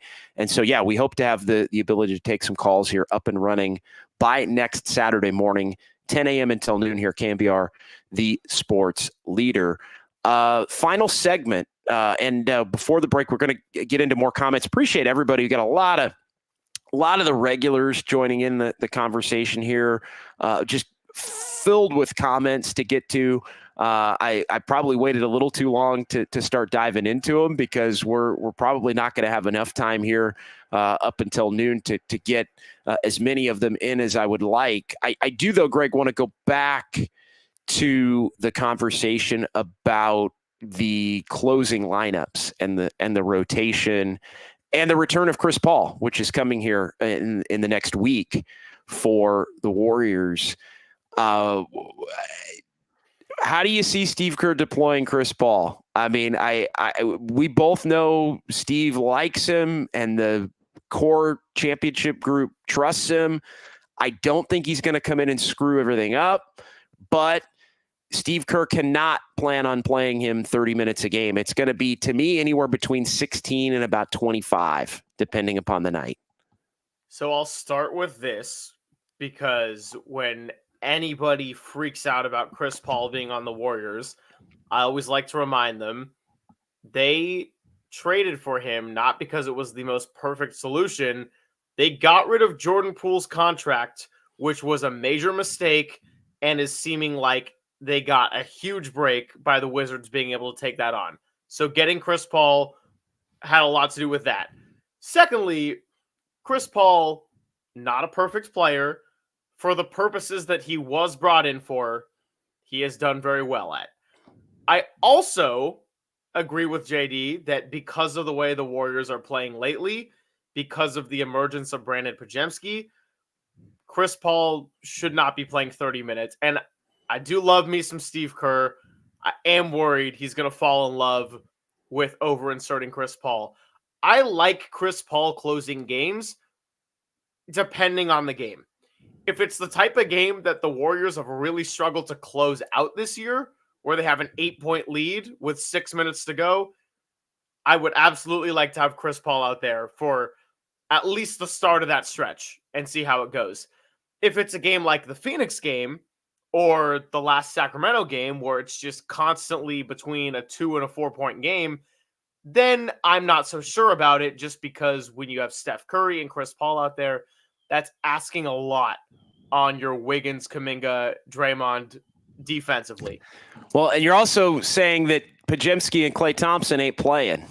Right. You just said that, which I think is another part of the equation in all of this, is that, you know, you want to finish the game ideally with Draymond, Kuminga, and Wiggins and Steph. And so that means there's one spot, if you view it that way. And the one spot is between Chris Paul with Steph, smaller backcourt, although you still have enough size, I think, on the front line, wing size. But then you're not playing Podziemski or Klay Thompson, and Podziemski's been one of your best players, and Klay Thompson's a future Hall of Famer who, on a given night, depending upon how he's playing, there's a case to be made that he should be out there. So it gets a little dicey. But in a play-in game or an elimination game or a playoff game, there are certain scenarios late in games where I would absolutely rather have Chris Paul out there than Podziemski, for the sake of experience and being a grown-up and less likely to turn the ball over. I think free throws, they could both make them. But if Podziemski's playing well that night, I think it needs to be Podziemski. Like, I think you need to reward him. Podziemski determines it.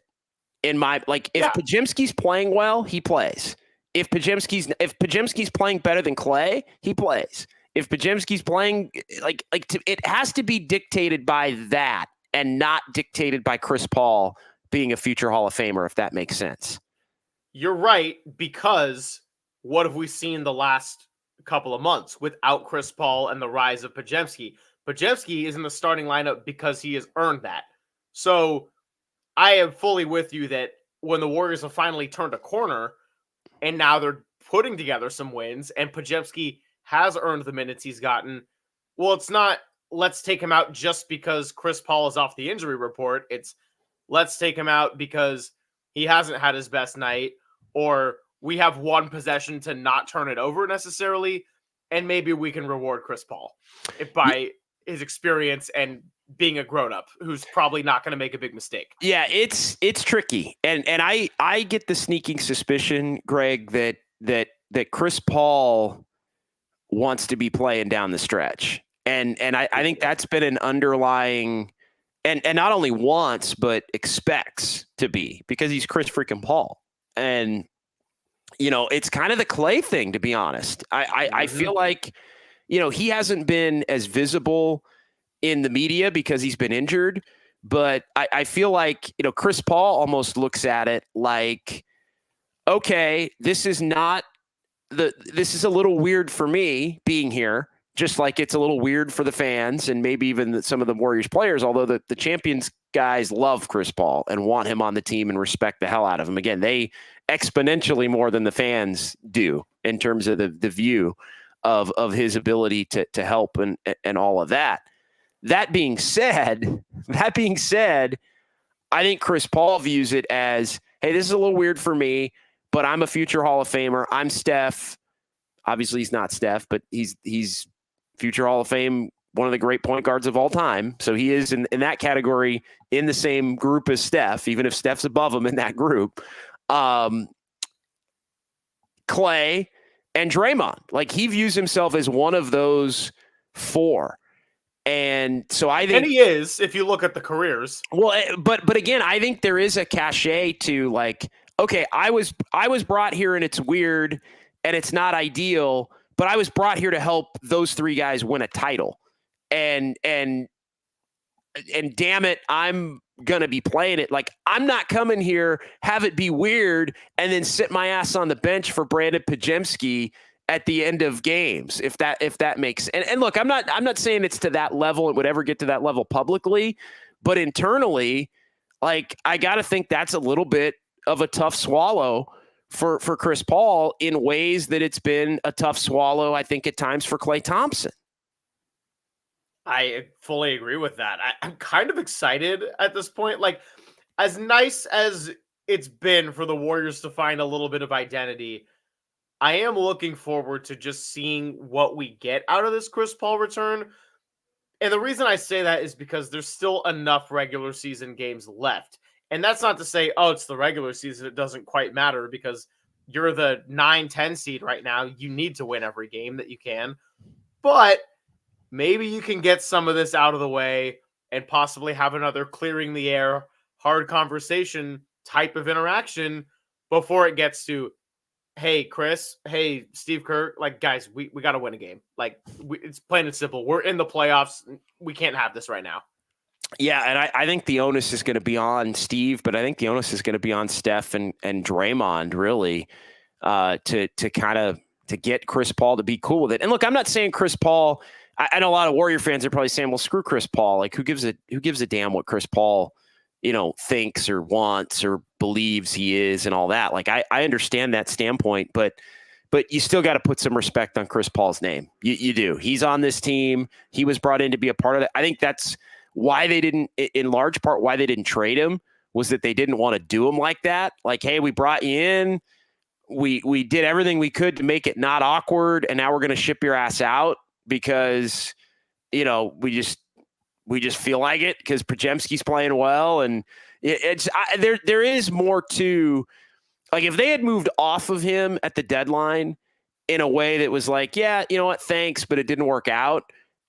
I do think that would have been something that would have hurt the Warriors in league circles to be with other potential players wanting to like F those guys, man. Like they bring me in like I'm going to be part of this, help that's going to get this thing over and then they just cast me aside in 4 months. Like I do think, and maybe I'm making a little too much of it, but I do think there's something to putting respect on future Hall of Fame players and their names and their reputations. And again, I'm not saying he's got to finish games. He probably doesn't deserve to finish a lot of games, and won't. And Steve Kerr's going to have to make the right decision. But I understand why you didn't just throw him in the garbage heap at the deadline. Yeah, he was on the list of players I was like, don't trade, along with Wiggins too, by the way. I know that was your call as it got pretty close to the trade deadline. Looking now, like, yeah, Wiggins hasn't been an all-star necessarily, but had they traded Wiggins, I don't know what would be going on with the team right now.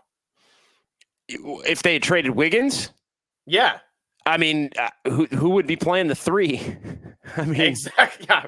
Whoever they got. I mean, to me, that was where it became very clear that they shouldn't trade again. If they were going to trade Wiggins, you trade Wiggins because you're basically tearing it down at that point. Like, and I don't think the Warriors want to tear it down. Back into the YouTube chat a little bit. The FY bro, the Phi bro, JD, we have to have a real big for the playoffs. We got to get a 7-footer. I mean, I've gone through this the last couple of years. I mean, they're rolling with Looney and Trace Jackson. Like, if you get a 7-footer, then Trace Jackson Davis ain't playing. Like, if you get a 7-footer, like you can't play everybody, and you're definitely not starting that player. Right? I mean, the Warriors have found their starting lineup with Steph and Podziemski and Wiggins and Kuminga and Draymond. So you're not starting that player even against Jokic, even against Embiid, even against Anthony Davis. Like you're not starting that player, even against Sabonis. You're not starting that player. So is it somebody to throw out there a few minutes here and there on occasion? I mean, that's all it would be. I mean, you basically would be adding a player that's going to be a DNP 95% of the time, and I just don't think the Warriors believe that there's a value in that. Kevon Looney can get in there and bang and use his fouls. Trace Jackson Davis can do the same, and those guys aren't going to be playing a lot of minutes in the playoffs anyway.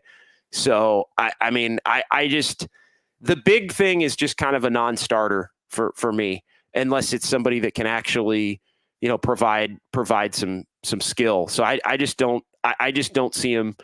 I just don't see him doing it. I don't see a big out there that could even make an impact at this point. Robin Lopez was brought out. Like, Robin Lopez is done. Robin Lopez is washed. Like, that's like it. Now the guy that just got waived from the Thunder, Pukaveski, is getting thrown out there. Yeah. I mean, he's a little bit more skilled. But he's younger, he's younger. But that's again, it just. There's no big that the Warriors are going to get that's going to play. Like, it just, again, we're talking maybe 4 minutes here and 4 minutes there and never finish. Because again, if this player is going to start or finish games, then who are you taking out of the starting lineup? Your 5-0 starting lineup. Who are you taking out of your? We just talked about finishing lineups. You're not playing this big and then Draymond at the 4. And then, okay, well, guess what? If you play this big and Draymond at the 4, you know who not playing? Kuminga, because he then commit. So it's like it just creates this. Like, there isn't a world where it's like Andre Drummond, Draymond, Kuminga at the 3, Podziemski and Steph. Like, that's not realistic. So, if you want one, you can't have the other, I guess. There's a lineup that finally works for the Warriors, and they're not going to touch it. Yeah, and so, look, maybe they get beat by the Lakers or the Nuggets because Anthony Davis is too much or Jokic is too much, but there's nobody on the scrap heap that the Warriors can get that's going to help them beat Jokic or Anthony Davis. It's just it's the way the Warriors beat Jokic or Anthony Davis is if Draymond Green kicks his ass in a 7-game series and runs him off the floor and Happened 2 years ago. And Looney holds his own, and Trace Jackson Davis plays a little bit and is impactful. That's how the Warriors are going to beat teams with bigs. They're going to beat teams with bigs by playing small and having the smaller guys play big. Point blank, end of story. That's the way it's always been, and that's the way it's going to continue to be for at least this iteration of this team, Greg. Well, let's be honest. If they don't get past the Lakers, it's going to be partially because Anthony Davis will have his way. And it'll partially be because they'll be getting a lot of shots at the charity stripe. Now, maybe for the Timberwolves or something, it's a little different. Listen to you. I'm just going off of the data here. Listen to you with the officials. Listen to you. The fan in you comes out, Greg, at 11:49. The fan in you comes out. I appreciate you. I appreciate you getting to this point before. But no, that's good. That perspective is important to have here on this show. Jeremy Wong, not concerned with JK scoring. It's his playmaking and development more important right now. He's seeing the floor so much better. I wholeheartedly agree with that. He is seeing the floor a lot better. And so I just like the way I like the way his game is developed, and we've spent a good portion of the show talking about it. I think even though he hasn't scored as well, you haven't heard a lot of complaints or criticism from me about his games, even though he hasn't scored as well, because he's still been impactful toward winning, which is what it's all about. And frankly, that was something that he wasn't able to do at other points in his career. Amar Singh would love OPJ. Yeah, there've been a lot of the Otto Porter Jr. Again, I don't really see where Otto Porter Jr. would fit on this team right now, and it's not the Otto Porter Jr. of 2 years ago. I mean, Otto Porter would be in the Saric role, maybe, but do you really need somebody else in the Saric role when you have Saric at this point? And so, again, I know a lot of Warrior fans are down on Saric, but I feel like at this point you've made your bed with Saric, so you're going to roll. You're going to roll with Saric there. Looking at just kind of digging through the comments here, continuing to kind of look through a lot of comments on Steve Kerr. Erwin Kwong, Kerr's main task is managing pro player egos to win games. Not an easy task. He's done a pretty good job the last 10 years. Absolutely. And I think that's part of why you want to keep this thing rolling. That's why you want to keep this thing rolling is the patience that he's been able to show. And look, tactically, I think Kerr's underrated. I think he's a little underrated as an ex. I think he's been, for the most part, a really good playoff coach.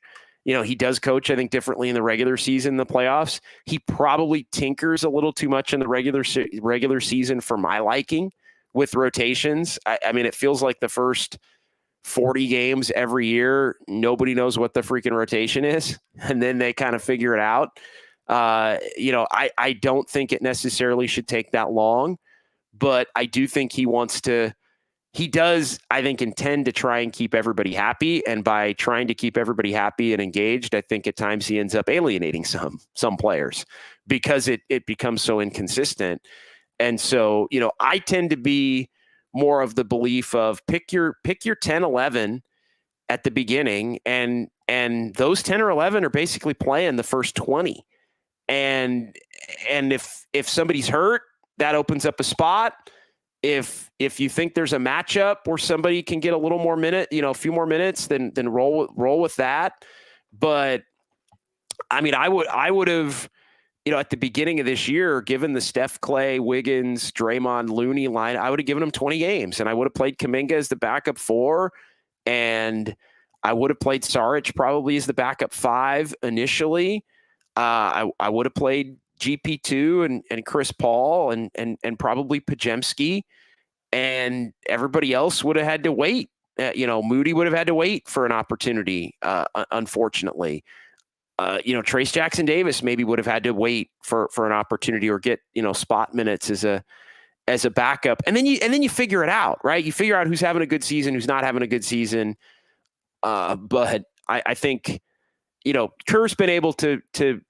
The Warriors always get there. I just think at times, Greg, it takes them a little too long to get there.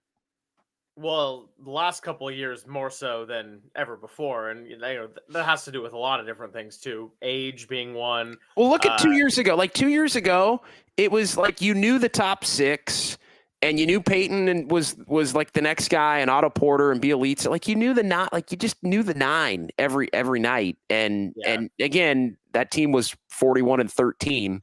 On their way to 53 wins and winning a title. But I don't know. Maybe it's just easier because the pieces fit together better.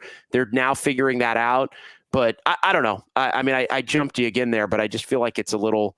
It has taken too long to get to a point of order these last couple of years. I think that's a fair criticism.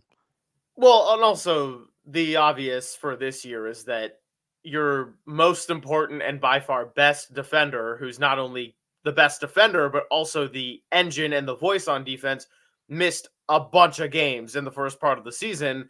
And so not really having that could only take you so far. It was never going to be sustainable. And then he came back, and now they're trying to make up for lost time since then. Yeah, no, I think that's absolutely fair.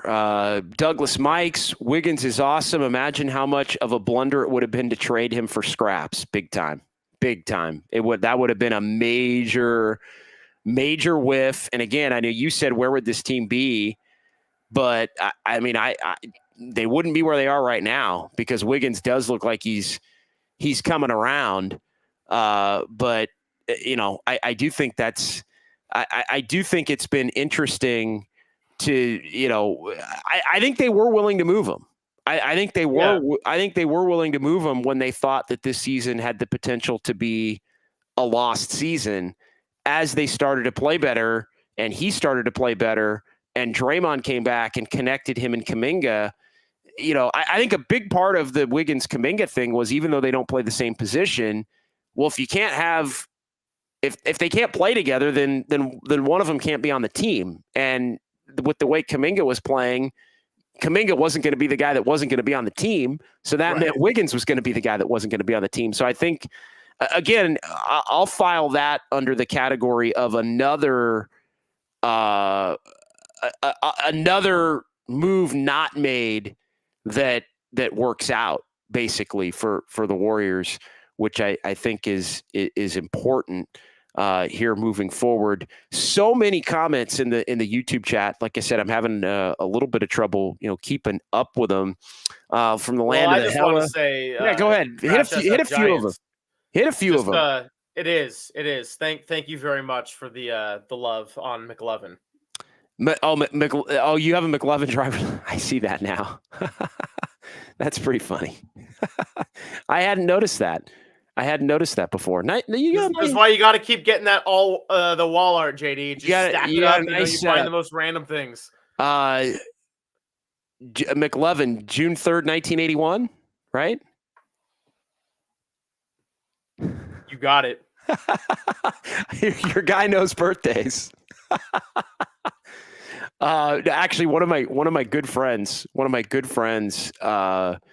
longtime friends, has that birthday, like that actual, like June 3rd, 1981, and so that actually was a joke over the years, and so yeah, that's how I know that one. That was not there. There's nothing crazy there. I just remember seeing that and going, oh, that's your birthday, and we shared a good laugh over that. So you got any plans for Pajemski's birthday? No, but the Warriors do have a lot of February birthdays. We talked about that the other night. Like Wiggins last night. What was it? Trace Jackson Davis and Jerome Robinson on the 22nd. Yes. We had Clay and Looney earlier in the month. Pajemski tomorrow, right? And then Draymond's coming up in March, and Steph is coming up in March. A lot of these February, March birthdays here. I did want to get Dat Timed. JK started playing the right way. He's even admitted as such. Kerr benched his ass in the Portland game, and he's been better ever since. Miami too. Miami game, Kerr let JK do whatever and failed. Learned from that development. Yeah, I think Kerr was wrong to bench him in the Portland game. But I think there's been other times he's been right. And look, I'm not going down the road of Kerr fell into this and he did benefit from Draymond. Kuminga did benefit from Draymond being out. There's no doubt, because he was going to have to play no matter what. And I do think there was a level of he needed to play no matter what, but he needed to do the right things that the coaching staff was asking him to do to continue to earn the time and earn the meaningful time, down the stretch in games. And he's done that. So credit to him. Again, I'm giving credit to Kuminga for making the plays, but I don't think this has been this, disastrous, Steve Kerr bungled the whole thing and got lucky because Draymond got hurt and Kuminga wanted out and he dictated the term. Like, miss me with all of the whole, like, Kuminga dictated these terms and demanded he play and like all this other stuff. No, I think reasonable minds prevailed. And to be honest, I think while Kerr probably didn't like the way Kuminga handled the Denver game, I think Kerr probably looked in the mirror and was like, yeah, I screwed that one up. I should have played him. And he hasn't maybe jerked him around as much in terms of minutes yet. But a big part of the reason why he hasn't is the fact that Kuminga's played so much better when given the opportunity. So yeah, good stuff today, Greg. You want to final thoughts? If there are some comments you wanted to bring to the table here, just scanning through that you think are pertinent, we can get to maybe 4 or 5 of them here as we get into the 12 o'clock hour before we wrap things up. I want to make sure that we're reading a lot of these comments. I got to do a better job of that. That's on me. Got to do a better job of that here, mixing them in. I know sometimes people are going back and forth with each other, and you don't want to get distracted to the point where you're not having a conversation here on the program, but definitely want to make sure that we get enough of these in and keep the regular viewers and listeners engaged in the conversation, Greg. Yeah, no, just want to thank all of you, because I know that whether we're on the radio or just doing streaming only, it could be a little bit up in the air, but you guys are what makes the show. And so I love getting up on a Saturday morning, and just Saturdays are always a great time for a show. Like, whether you're driving somewhere, you got sporting events, you got visiting the grandparents, you got to run some errands. I feel like this is the perfect time for it. The one comment I'll pull up as our final thought is from our guy, Douglas Mikes. Just want to get some thoughts on who's legit in the West and who is frauds. Not a fan of the Suns for Douglas Mikes. I think the Clippers are real. I've said that. Yes. I think this is the best version of the Clippers that the Clippers have had since they've had Kawhi and Paul George. And those of you that have followed me over the years, I've never believed that the Kawhi-Paul George combination was going to do anything. I think this year they might. I think this year they could win the West. I think they're that good. They've got a lot of wing depth. They've got some size. They've got people. They got guards that can shoot. They got Harden now. Like to me, they're as dialed. Ty Lue, a championship level coach who's been excellent in a lot of big moments in a lot of playoff series. It feels like they've got everything on the same page and have really since the early part of December. I still think Denver is really good. I think Denver's a conference finals kind of a team. I don't know that they have enough depth to get back to the NBA finals and win the NBA championship. I think, they paid the price with some of their veterans that they had coming off that bench last year, that they couldn't keep everybody and had to go young and they're trying to develop a bench while keeping the Jamal Murray, KCP, Gordon, Porter, Jokic starting 5, which I think is still the best starting 5 in the NBA and the most balanced starting 5 in the NBA. When you have that in a playoff series with a hell of a coach and Michael Malone, you're going to win a lot of games. I think Denver's still for real, although maybe not quite as good as they were a year ago. As far as Minnesota, and I think Minnesota and OKC both, if they're the 1 and the 2 seeds, are vulnerable to a we believe type scenario. I think they're both vulnerable to getting we believed by somebody. Phoenix, the Warriors, the Lakers, whoever, even Sacramento maybe in a certain matchup. I think with the pressure off could maybe as one of those 7 or 8 seeds give a team a hell of a sweat. Believe it or not. I think they're a team that will play they showed last year that they might play up in a playoff series in an interesting way, in a well-coached team. So I don't believe in the Pelicans or Dallas as far as being contenders. And then I've kind of given you my thoughts on Phoenix. I think Phoenix could be a Final Four team in the West, conference semifinals kind of a team. But no, if I had to bet, I would say Clippers, Nuggets, and I think the other two spots are up for grabs. I mean, Minnesota and OKC, if they can get through, but I think those teams are going to have a hard time getting through with the Lakers, Warriors, and Suns currently. 3 of the 4 teams in that 7 to 10 realm. With if you're telling me that 2 of the 3, if you're telling me that the 7 and 8 seeds are going to be 2 of the 3 between Phoenix, the Warriors, or the Lakers, I think Minnesota and the Thunder are sweating bullets at that first round series. And so, the Lakers did it last year. Obviously, the Warriors were able to do it as the 6 seed last year. I think Minnesota is really good, by the way. I just think it could get a little weird with their first time maybe being the 1 seed if they end up the 1 seed. OKC, same thing. I think OKC is really good. I think OKC may be a future title team. Not this year, but I think OKC could be a team that we're talking about, 25, 26 as, maybe winning the NBA championship, but they might have to take their lumps this year. So again, long-winded answer, Greg, if you want to weigh in on any of that, if there's maybe a team you like more than I do or don't like as far as that group goes.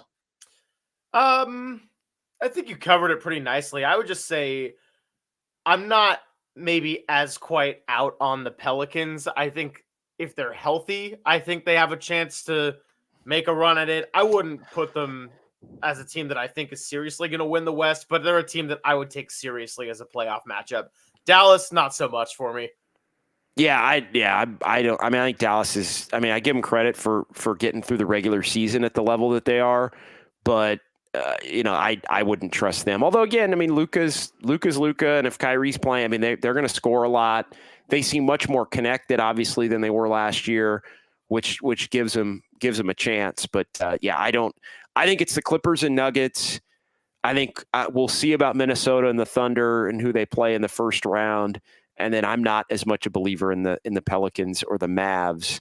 And I don't think the Kings would beat a Clippers, Nuggets, Lakers, Warriors, Suns, but I do think they could potentially beat a Dallas, OKC, Minnesota, or at least give those teams a sweat, maybe in a first round series. The one team they don't want to play is the Pelicans. The Pelicans annihilate them for whatever reason. The Pelicans swept them 4 games and beat them by like an average of 20 points in the 4 games. So they would want to avoid that matchup over I-80 between the Bay.